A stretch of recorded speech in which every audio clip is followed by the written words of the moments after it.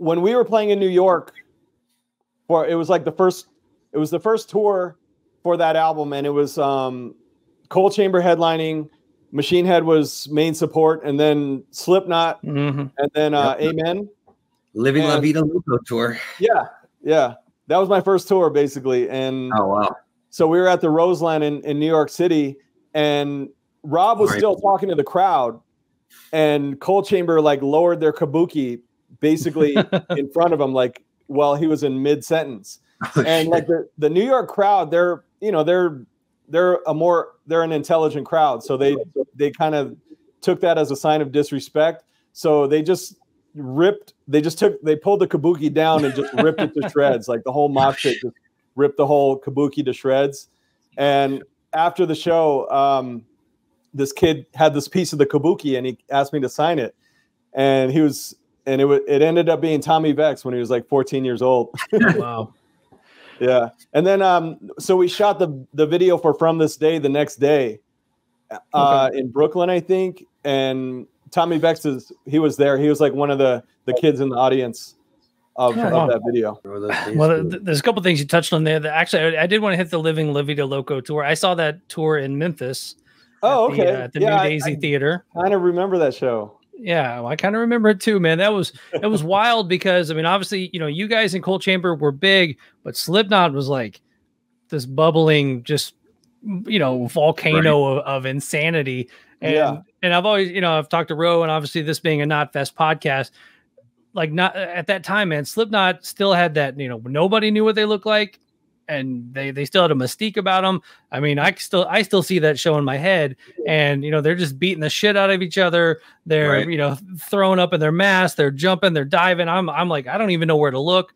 Yeah, and it's funny too because you guys in Coal Chamber had somewhat of a back line. So not only was all 9 of Slipknot up there, I mean, they were also like on the stage, just all on top of each other, man. It was wild. Yeah, I mean, a lot of those, the size of those clubs, it's like we had Coal Chamber's drum set, Dave's drum set, and then Slipknot had to set up in front of 2 drum sets. Right. So it's like a lot of times sometimes they had to build out more of the stage with cases just so that they had room to stand out there.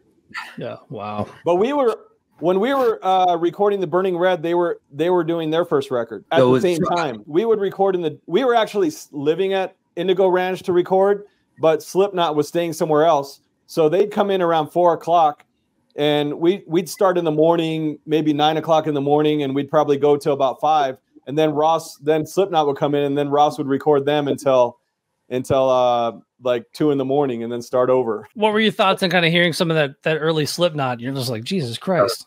I thought it was awesome. And it was crazy because that first leg of the tour, Coal Chamber's the headliner, and Roadrunners, that's their main priority. And by like halfway through that tour, Slipknot was selling more records than everybody. That's kind of a crazy thing to be like the third on a bill and you're outselling everybody else. Yeah. I mean, was that, I mean, not for nothing, considering Coal Chamber and Machine Head's status at that point, I mean, was that all a source of contention? Like to be like, yo, dude, like what the fuck is going on here? Yeah. I mean, it was like, sure that because bands usually blame the label. Like when that kind of stuff happens, so like they're not giving us enough promotion and this and that. So I'm sure all the bands that should have been that weren't selling as many records were thinking that it was something external, and it was just. But you actually knew that this is just something that's awesome and it's going to take off.